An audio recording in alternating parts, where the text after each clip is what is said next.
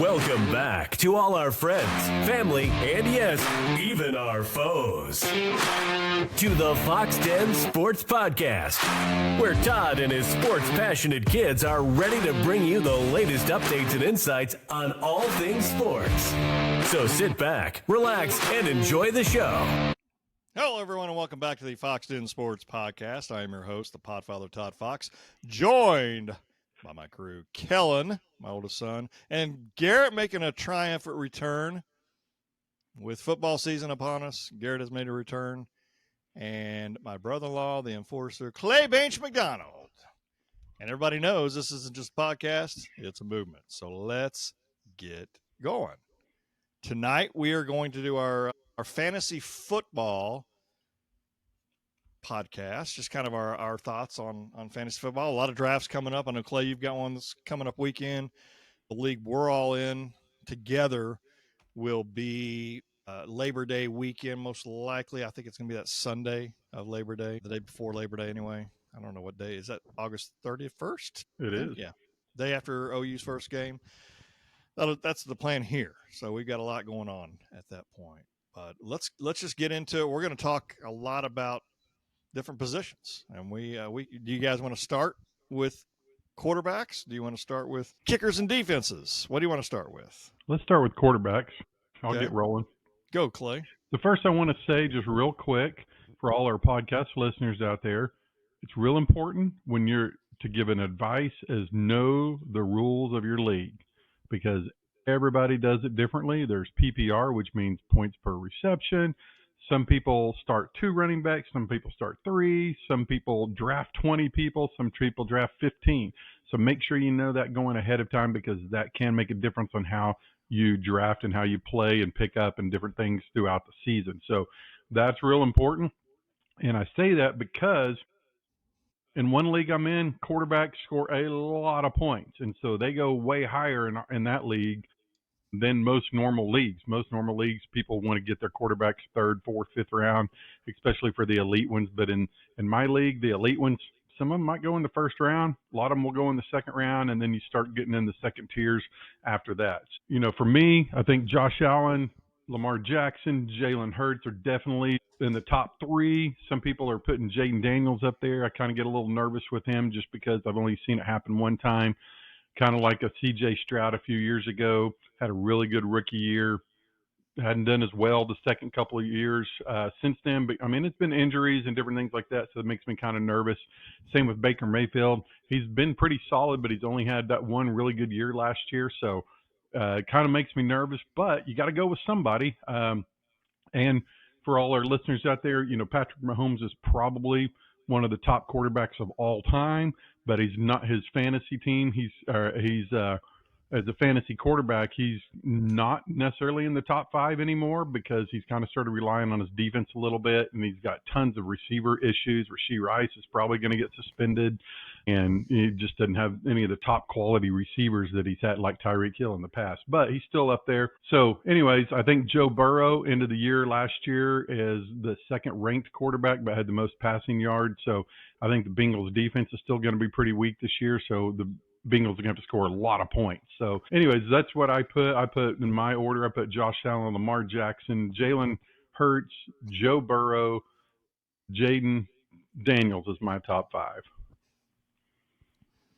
Who's next? I don't have a top 5. I'll just say one thing that I saw come out today is Lamar Jackson has a foot injury that they believe is a little bit more intense than the Baltimore Ravens are letting on, and it could linger throughout the entire year, which obviously hinders his ability to playmaker, and that's obviously what fantasy you're looking for in a quarterback. Being why Josh Allen.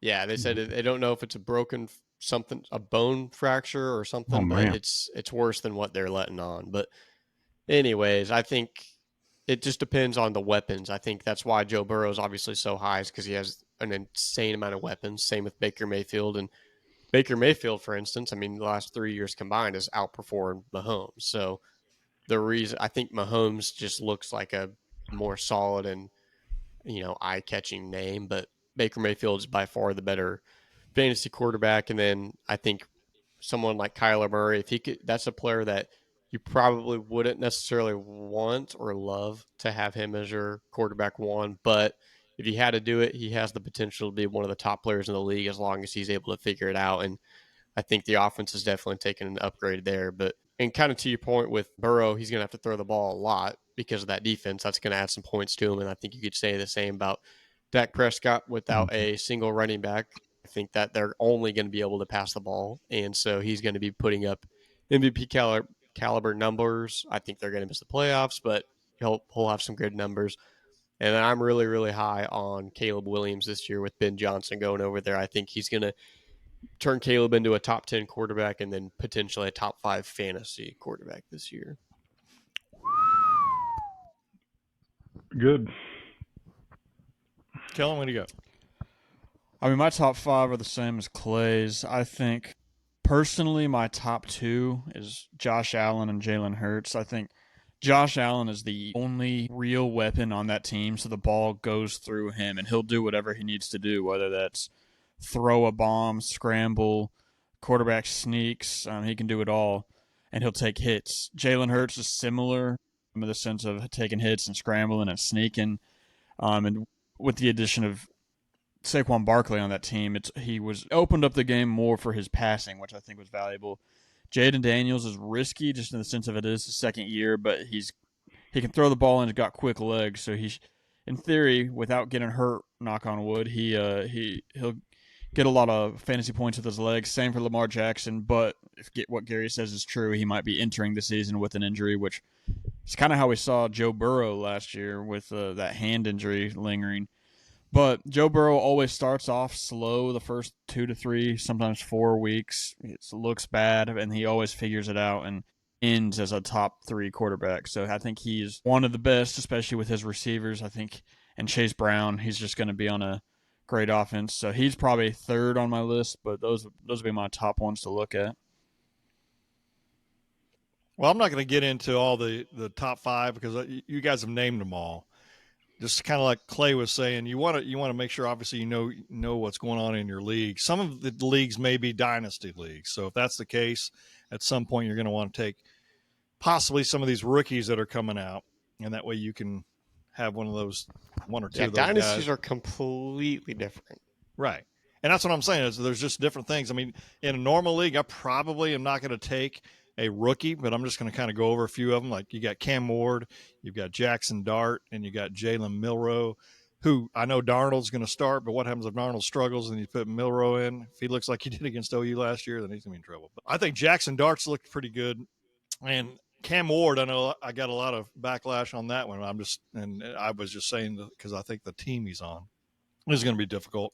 So you got to look at some of those guys. Who's going to start in Cleveland? I know Flacco's got the start, but what you guys know as well as I do, at some point, either Sanders or Gabriel, one of those guys are going to get in there.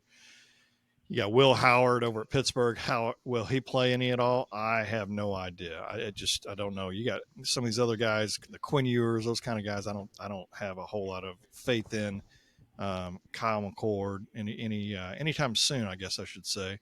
And then you want to look at also is a possibility for some of these guys being sleepers.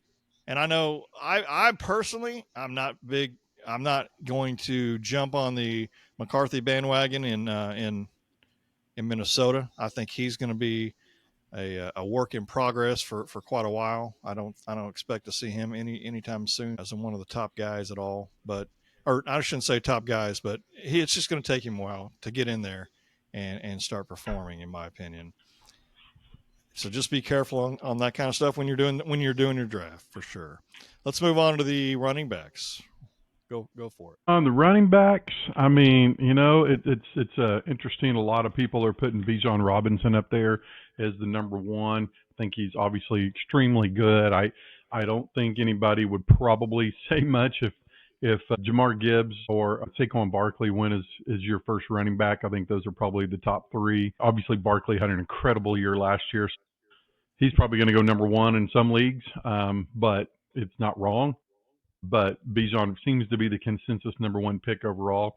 I think to me there's 2.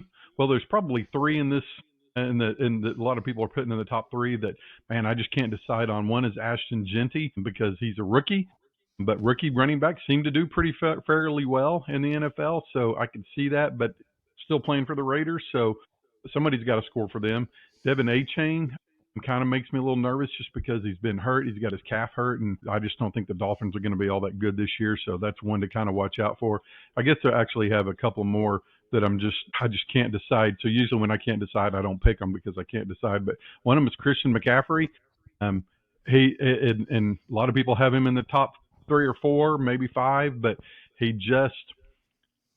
every time he's been hurt, he comes back and has an extremely great year the next year. But the 49ers are just not going to be very good. So they have George Kittle and him. So I can see him getting a lot of work this year. Obviously, health is a concern for him, so we'll see about that. And I guess the other one is what's going to happen with Brian Robinson with the Commanders. I mean, he just dropped off all top list anymore because the Commanders not even making any practice. He didn't even go to the game the other day. Said he's going to get traded. So who's going to start with the Commanders? I don't know. Brian Robinson. I don't know what team he's going to end up at. So that could be a late round flyer. If you got 15 rounds or whatever and you got that one more pick, I think it'd probably be a good one to pick because he's still a good running back. Just when nobody knows where he's going to end up at. I will say that I just kind of going from the top, I think you'd have to say Barkley, Bijan, and I think Derrick Henry should probably be considered in the top 3 just because of what he's done and his play style. But one I would say be cautious of is Jahmyr Gibbs, kind of like I mentioned with Ben Johnson. You can't replicate a tremendous offensive coordinator, and I think we're going to see that struggle on the Lions with their scoring ability, and I think Gibbs is going to see that. And then between the 2 rookie running backs, Genty and Omarion Hampton, I like Hampton, especially for just a single season draft, obviously, specifically because I like that offense and I like the offensive line way more than Vegas. I think Genty, everyone's going to be calling him a bust after year 1, and I think it's going to be hard to tell just because of how pathetic that organization is, I guess. I agree with McCaffrey. He's scary. I just don't know. I think with them losing some talented weapons on the offensive side, the defenses are going to be able to account for him a little bit more. But I mean, he's good running back, still figure out a way. But I also really like DeAndre Swift, Chicago's running back. He seems to be pretty solidified, the main guy besides Roshan Johnson, but he's going to be more kind of that running back 1 over there. And I think they're going to be putting up a lot of points, and he's going to get a lot of receptions, which could play a big factor.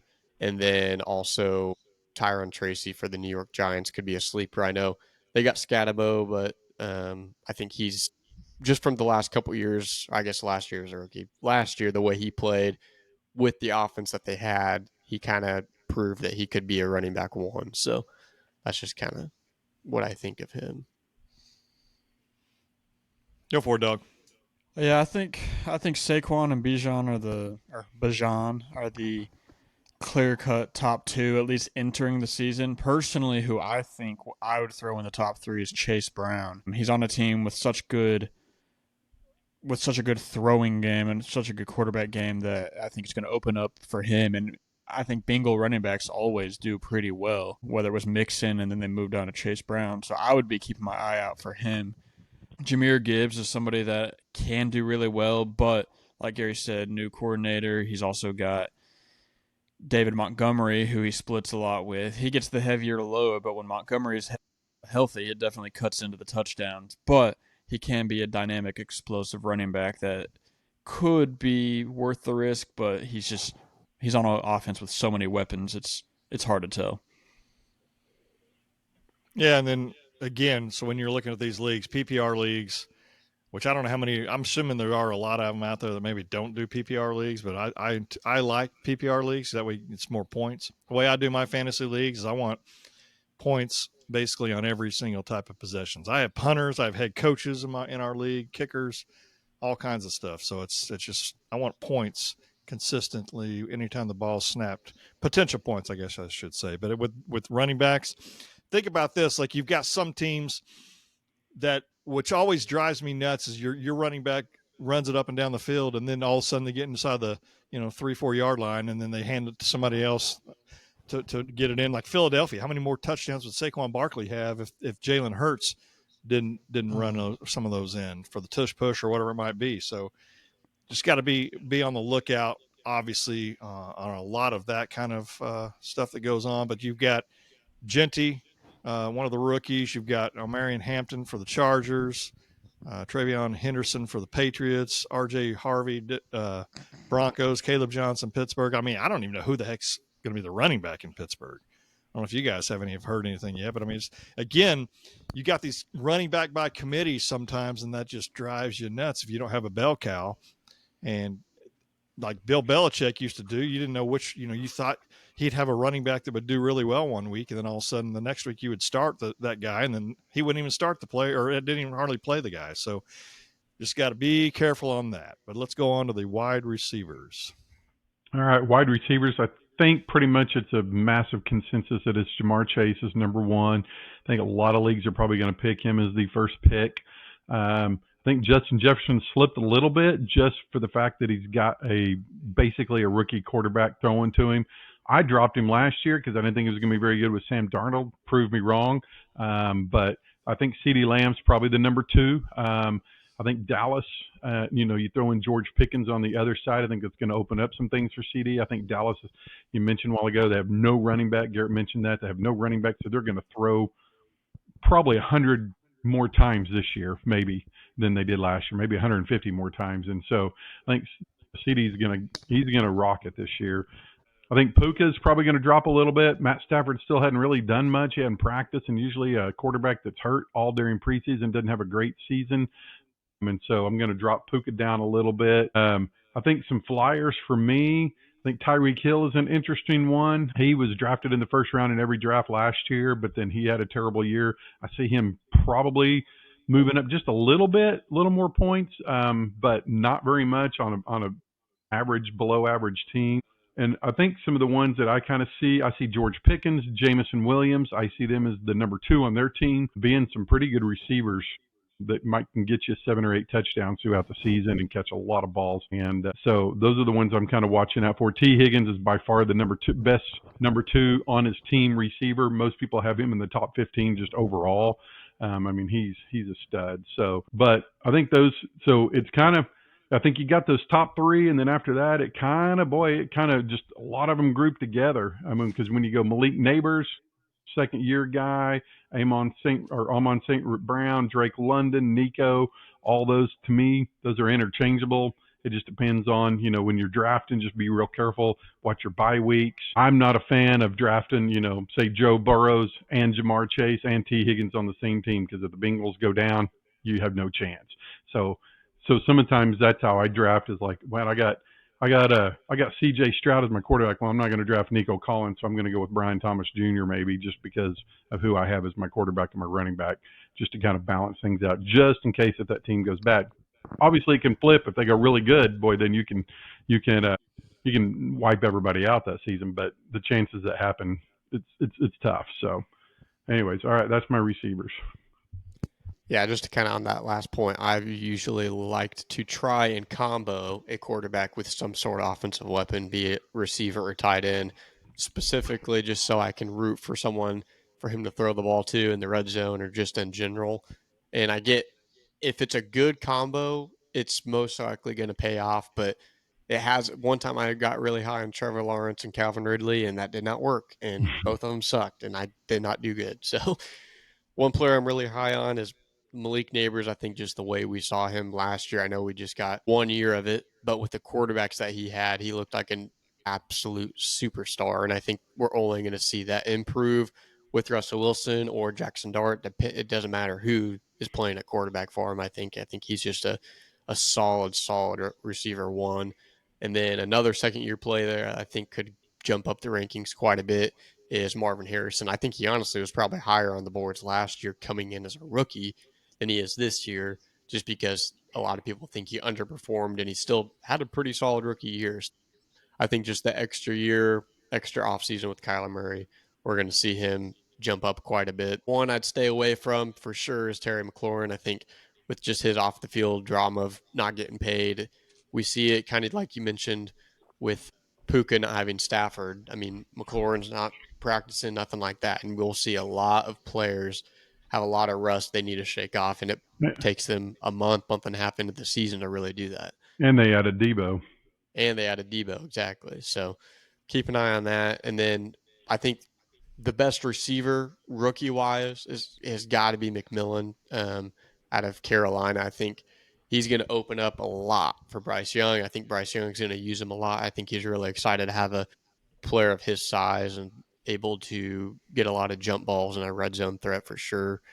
And then I would have to say Egbuka would probably be my number 2 receiver in Tampa Bay. We've seen nothing but good reports out of him out of Tampa Bay. I know Chris Godwin just got announced that he'll be taken off the PUP list today, but that still puts him as the receiver, honestly, 2, maybe 3. I think he honestly probably would be getting more targets than Chris Godwin. Obviously, then receiver 1's going to be Mike Evans over there. Yeah, I think the top ones are a lock. I also prefer to have a stack on a team, like Gary said, but like Clay said, you don't want you don't want like 3 guys on one offense, because Gary also did 3 or 4 years ago where he had 3 or 4 Cowboy guys, and he was 8-0, and I think once Dak got hurt, he lost almost every game after that. He went from first to last place. But like if you get the Burrow Chase combination, that's like done me very well for years when I get that. I agree with Gary saying you want to be cautious with McLaurin, but I think if you can get him later, he can be like a potential steal if he solves his drama or if he gets traded to a good team. But you don't want to reach for him. The receiver that I'd be looking at is Nico Collins. If he can stay healthy, he's now he'll be the guy with the most experience with CJ Stroud throwing to him, and he always does well with him. But Tank Dell's going to be recovering from an injury. You have Diggs is gone, and just some younger guys. Christian Kirk's there, but he's never done a whole lot. So I'd be keeping my eye on Nico Collins. That's who I'm looking for right now. Well, receiver wise, I mean, if you guys obviously start talking about the combos. I mean, depending on who my quarterback is, and if there's a good combo to get, sure. If the opportunity's there, and I think it's worth it, I'll take the chance. If not, I've had good luck, but to the point, if they don't do well, you're basically got 2 guys that are not gonna perform for you. But you obviously, there's 2 ways of looking at it when the quarterback gets hurt. And you've got one of these stud receivers, either the new quarterback coming in is going to throw it to the best guy, usually, or they're going to throw it to somebody that they've got a rapport with. So it's kind of that doesn't really tell you anything, like help you out any, but you just got to be careful on whenever you're doing, these kind of things. I mean, anytime you draft, the way I look at it, for me, I'm just drafting expecting that player to play the majority, If there's 17 games, I'm expecting them to play 15, 16 games, meaningful games, I guess I should say. Because usually during that last part of the season, that last week is sometimes either some people have a Super Bowl that week, which is not ideal in my opinion, but you want to have it the week before. But just looking at some of these rookie receivers, I know there's a what do you call it, Dante Thornton for the Raiders. Garrett mentioned Tampa Bay Buccaneers got Emeka. How do you say that last name? Emeka Egbuka. I think he's going to be really, really good at some point. So, but is it this year? I don't know. Again, when you're looking at rookies, you can stash some of those guys away if you're in those dynasty. There's so many different receivers to have, and it's good and bad just depending on what system sometimes they're in and which receivers go up and down. Keenan Allen went back to the Chargers, didn't he? Yeah. He's always been a killer. Anytime I've gone up against him, he's one of those receivers. What's the other guy's name? He just played for Seattle. I don't think he's DK Metcalf. Not him. The other one. You remember Tyler Lockett? Yeah, Lockett. I don't know if I can't remember if he's anywhere. Anytime I played against those guys, regardless, they went off on the team that I played, or whenever I was going up against them every year. Look for those kind of little guys like that. I don't know if you're going to have any kind of Wes Welker catching, 130 balls or anything like that, like we've seen in the past. But it's definitely interesting. And then you have again, you'll see, depending on how the first pick goes, and then you see, like, if it's a running back and you see a line going, and then all of a sudden somebody picks a receiver, then they may be weak at running back and vice versa. That's why you see quarterbacks usually taking a little bit further down the list. Because anyway, moving on. Let's go to tight ends. Yeah, I want to add one more thing on the receivers. One, I forgot to mention about Jerry Jeudy with the Browns. Somebody's got to score for that team, so I think he's going to be the guy. I think he's going to have a pretty decent year compared to what he was like with the Broncos. But also do want to say with receivers is there is a bunch at the top that are pretty good, and then then there's a huge drop off from those top guys. But then there's about 20 of them that are really good, and so. If you want to draft those, get you an elite one in that first or second round, then start getting your running backs, quarterback, maybe even a tight end right there. And then you got a lot of those up or second tier running or wide receivers that you can pick up. So just to help those that are out there drafting early on, there's just a lot of those mid-tier guys. But moving on to tight end, I'm going to say there's three that are maybe second, third, fourth round pick. And that's Bowers, McBride, and Kittle. And then after that, you might could go with Hawkinson. Laporta was a little bit of a drop-off last year from his rookie year, and I think it's just because they got so many weapons. I mean, they've got two running backs, two receivers, a tight end. There's not enough touchdowns to go around. And then Garrett's we've mentioned several times, Ben Johnson's gone. So he may catch a lot more. He may, I don't know. So that one's a little bit. And then you got Travis Kelce, who's always going to do well. He's dropped off the last couple of years. But after that, if you don't get one of those guys, and if you don't get one of those top three guys in the first 3 or 4 rounds, I would move down to about the 5th or 6th round or later on Hawkinson, Laporta, or Kelce. And then after that, I'd maybe pick these guys about the same time you pick your defense, because there's just not very many. You want to get lucky. That's how you get a good tight end and get lucky and get somebody like a Dallas Goedert or a Zach Ertz, or maybe Kyle Pitts every year gets picked in the top 10, but he's not. I think on the list I had, he was number 17 this year. I mean, one of those guys, Darren Waller, came out of retirement. If some of those guys can get you those 7 or 8, 9 touchdowns that you pick late, then that's great. But I'm just saying, if you somehow it falls and you don't get one of those top 3 or 4 tight ends, then I would wait for a long time, because it just didn't seem like that we got a lot going on this year in the tight end group. I would say in agreement with the top 3 to 4. After that, you're going to have a pretty big drop off. But the couple that I would be eyeing, number one would be David Njoku out of Cleveland. I think kind of like what you mentioned with Jerry Jeudy. I think he's the guy that's going to be getting most of the touchdown receptions in Cleveland. So I would really be high on him and keep an eye on David Njoku. I keep bringing up Chicago's offense, and that's specifically because of Ben Johnson, because I think he's that big of and that creative of an offensive coordinator, and I have that much faith in Caleb Williams. I really like Colson Loveland, the rookie out of Michigan, going into his rookie year. He's going to be probably splitting, not a lot, but some snaps with the backup tight end Cole Kmet. I think it'll be mostly a 2 tight end system that they would split, but he's going to be probably getting most of the targets out there. And then I think you could go with – this is one of those ones kind of with Kyle Pitts. Like, everyone picks him expecting a big year. I don't know why Dalton Kincaid out of Buffalo never really gets much targets. I don't really get it. I think he's a pretty solid player, and they don't have that many weapons out there. So I think he could be a big player and a big factor in that offense. So keep an eye on that. I'm big on the young tight end. I'm kind of over the Travis Kelce's, the Mark Andrews, stuff like that. So try and target some of those younger guys. Mm-hmm. Yeah, I think tight end's risky this year because Brock Bowers obviously was insane last season, but he's got a new coach, a new quarterback, and the addition of a rookie running back. So I really do not see him doing what he did last year. Still probably the top tight end to look at.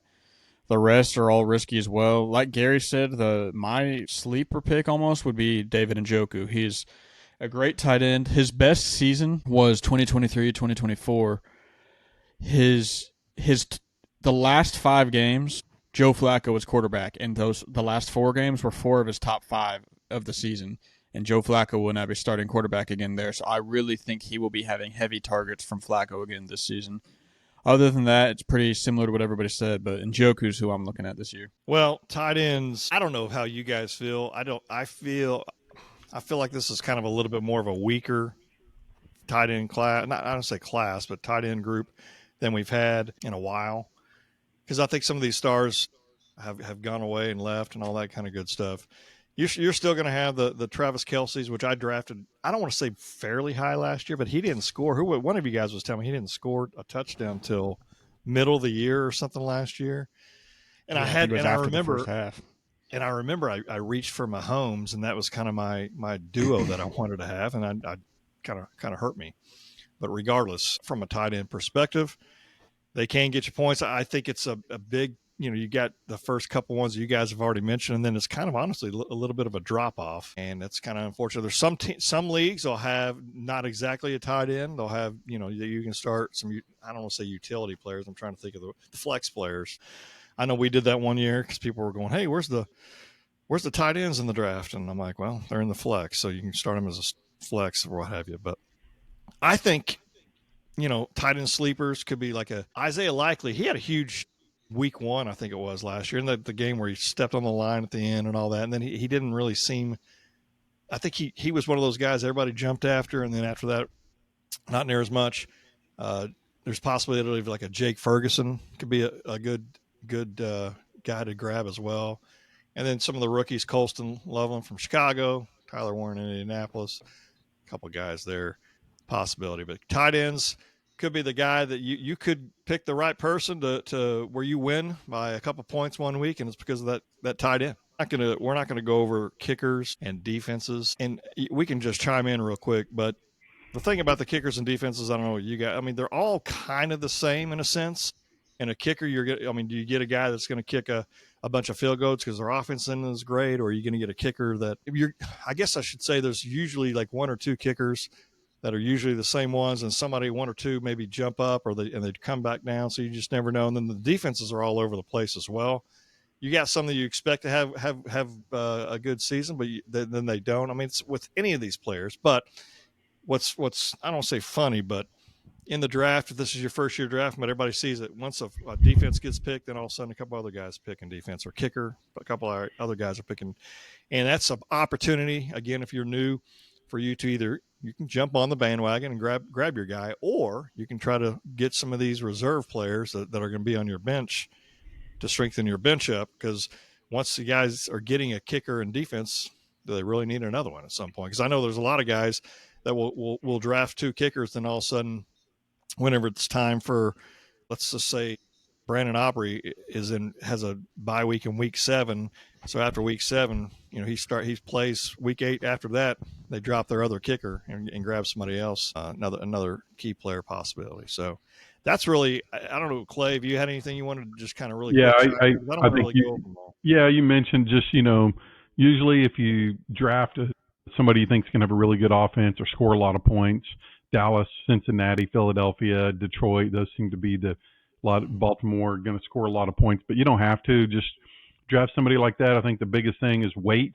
Same rule for this and as in defense with kickers, but draft them late, draft them towards the end, and then make sure if your league makes you get backups, or if you do get a backup, just pay attention to the bye week so you don't pick people on the same bye week. Sure. And then it's called streaming. If you had never heard of that, just watch your kickers and start looking to see who's out there and who's kicking a lot, and just start dropping them and picking up and do matchups. Or like, hey, maybe the Raiders they're scoring a lot of points and they're playing, the Saints. It's a really bad team. Maybe you want to pick up the Raiders kicker, and I think it's Cardi, I think is his name, if you want to pick him up, because maybe they're going to score a lot of points that week. So anyways, that's just kind of how the best way to do kickers and defenses.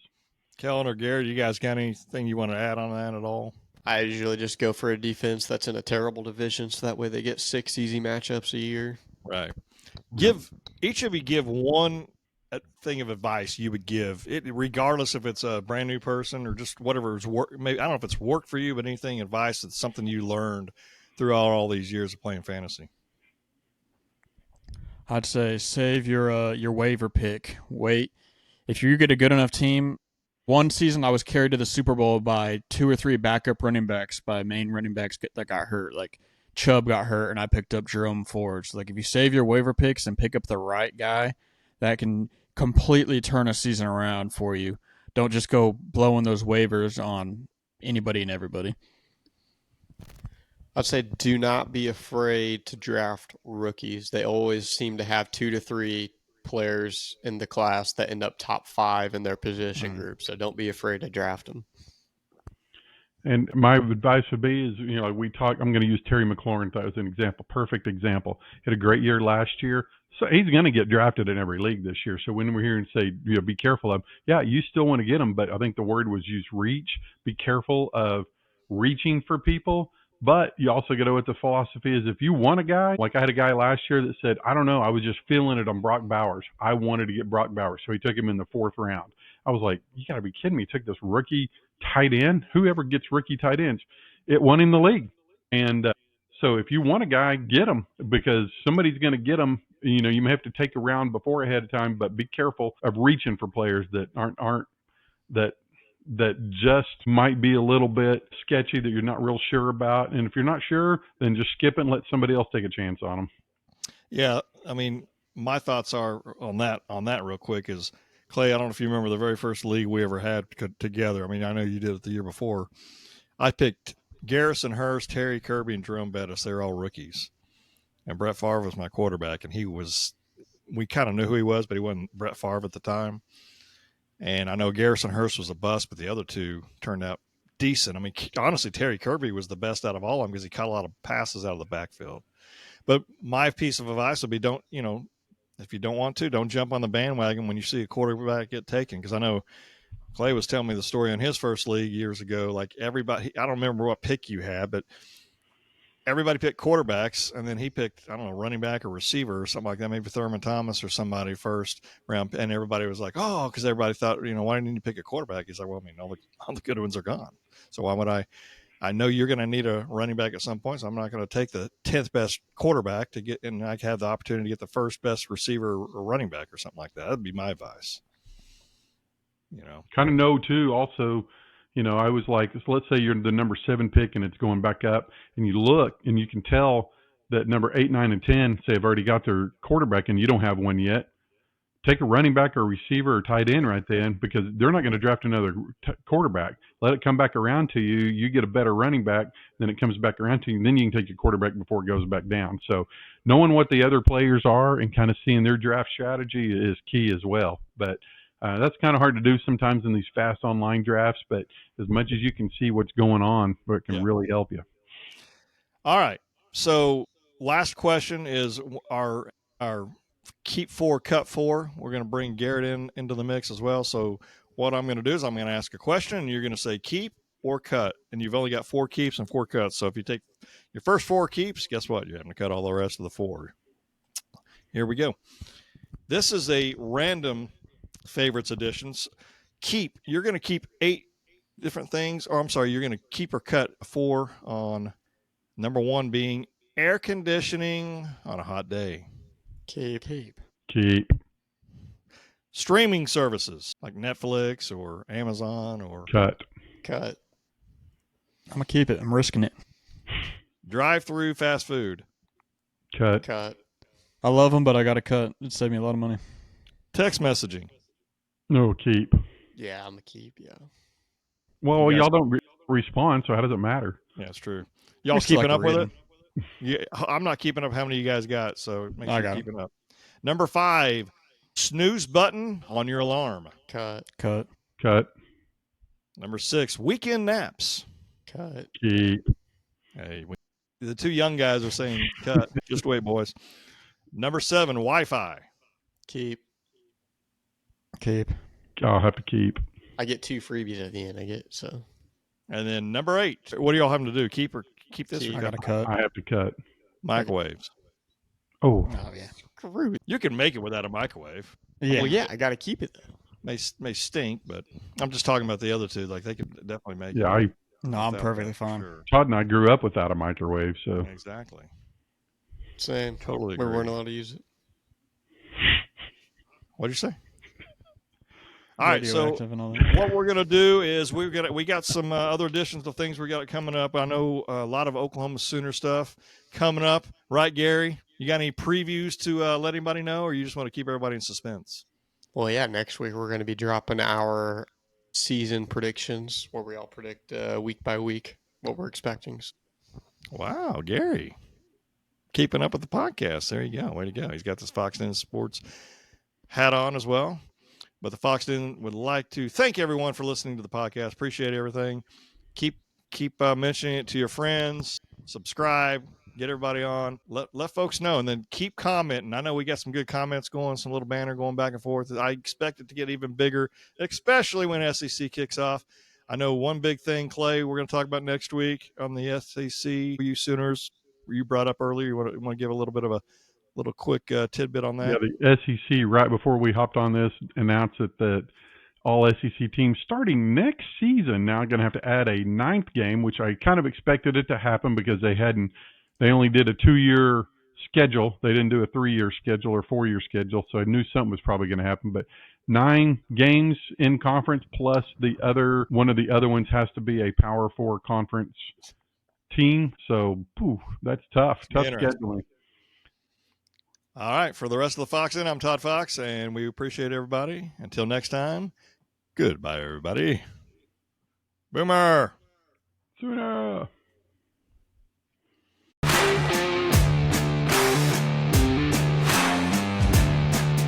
Thank you for listening to the Foxx Den Sports Podcast.